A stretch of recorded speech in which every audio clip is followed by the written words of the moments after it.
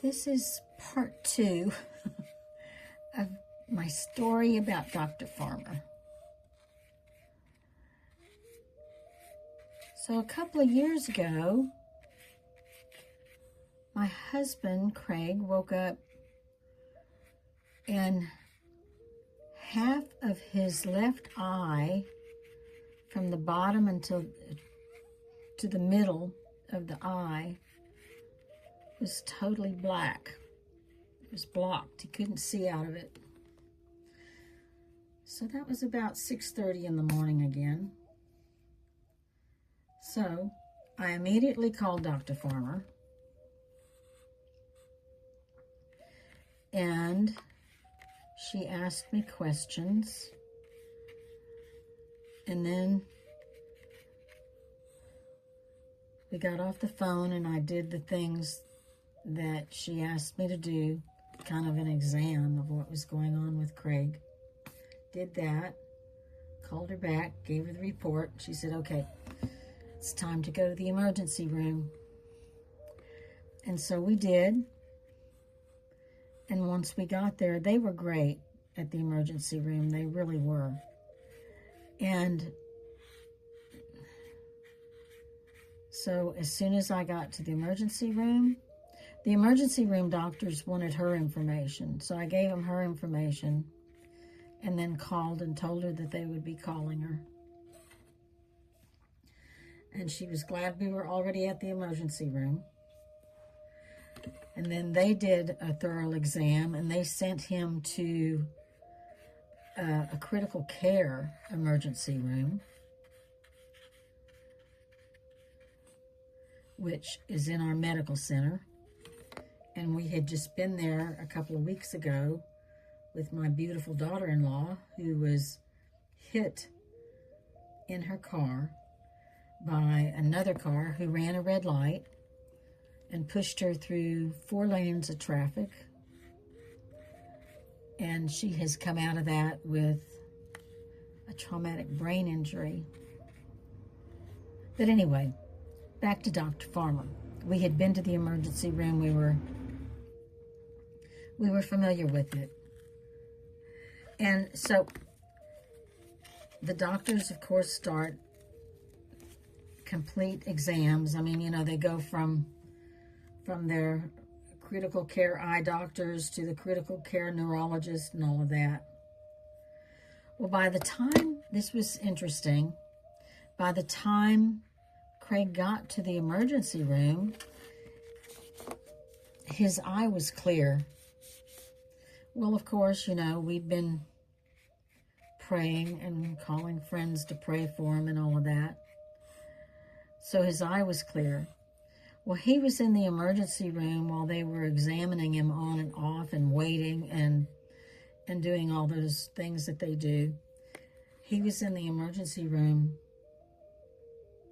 from 9 o'clock in the morning until 9 o'clock at night. And then they admitted him to the hospital. Dr. Farmer called me every 2 hours to see what was going on. She wanted an update and to see what was going on.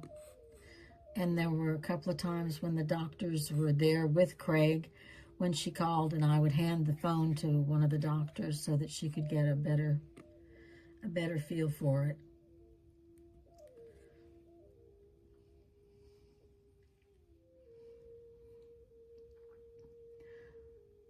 So this is the Texas Medical Center, which is in Houston, the best in the world. And they kept him overnight and they ran all sorts of tests, MRIs and all that stuff, checking his brain function to make sure that he wasn't going to have a stroke. But anyway, he was fine. They released him the next afternoon. Well, it was early evening. They released him. Dr. Farmer called that morning to see what was going on and how he was doing. So I got the charge nurse on the floor and had her talk to Dr. Farmer to let her know what was going on, which was great. He had a great charge nurse. So anyway, we got home and set an appointment for the next week for Craig to go see Dr. Farmer for a follow-up, which he did, and everything was wonderful. Here again, it was prayer. I believe everybody believes it was prayer. The doctors that were working on him in the emergency room, in the acute care emergency room, were saying it was a miracle.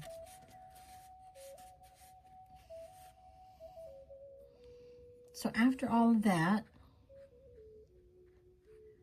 I asked Dr. Farmer to send me a bill. The answer again was nope.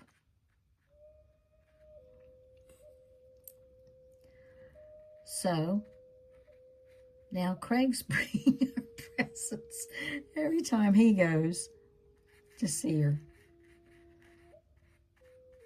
And he's got to see her today and a week from today because he's having cataract surgery, and he had the first one yesterday, and it was a doctor that Dr. Farmer sent him to. She's not a surgeon. She is a medical doctor, but she's not a surgeon.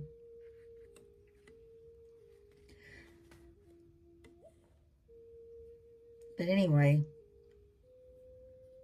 there is not a finer person or finer doctor on this earth than Dr. Farmer. We're very fortunate to have her. Very fortunate.